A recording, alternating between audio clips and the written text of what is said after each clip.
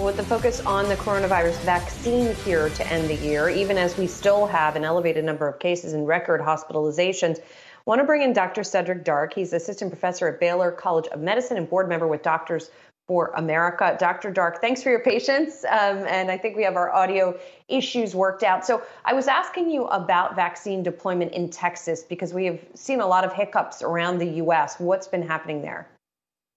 Yeah, as I was trying to say before, myself, my colleagues, and many other emergency physicians and healthcare workers around the state have been eager to get our vaccines. I was able to receive my shot about 2 weeks ago. I have my second dose of the Pfizer vaccine coming up in 1 week.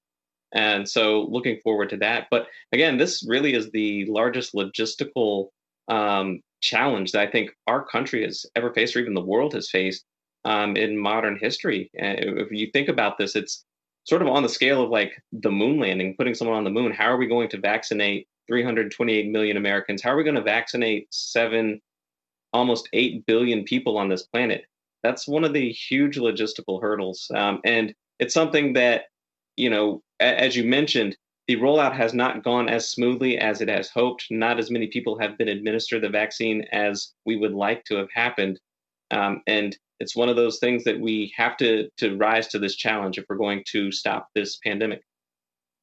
Are you confident we're going to do so? I mean, we had sort of a practice, if you will, with the testing rollout in this country this year. That also had a rocky start that is continuing in some places.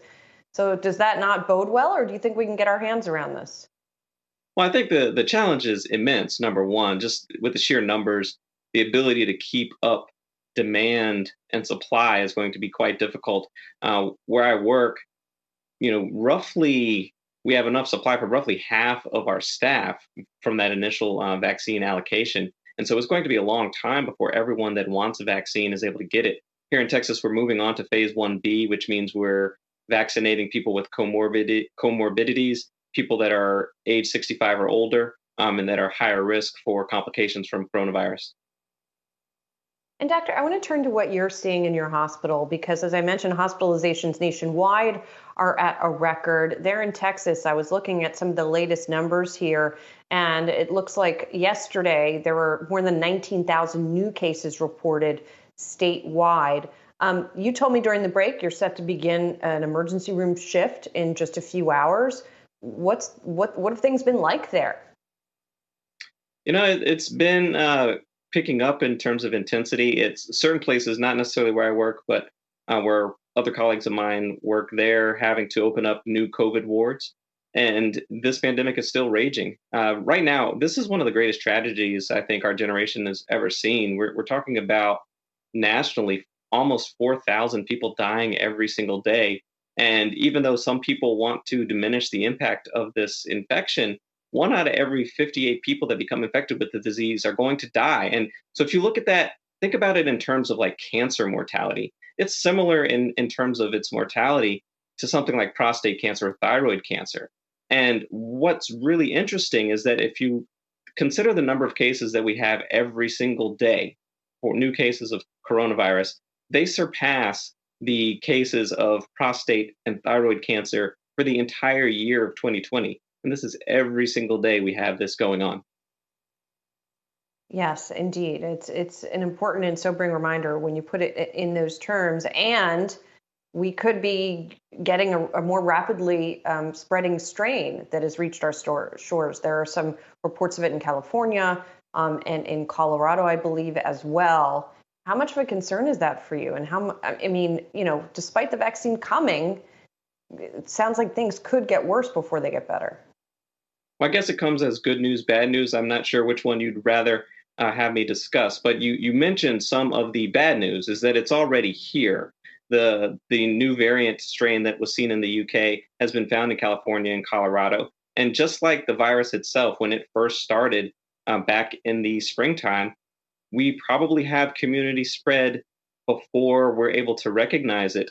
And so that's the bad news. But the good news is it's not necessarily deadlier. And experts like Dr. Fauci have said that we expect our vaccines and therapeutics that already exist to still work, regardless of this variant of the spike protein and this mutation. So hopefully it will work out for us long term and not be a terrible change that requires us to have to change our entire approach to dealing with this pandemic. There's been a lot of talk about sort of pandemic fatigue, right? That people are anxious to get back out again. I'm also curious about pandemic fatigue among physicians, right? Particularly emergency room doctors. You guys are used to sort of long hours, exhaustion.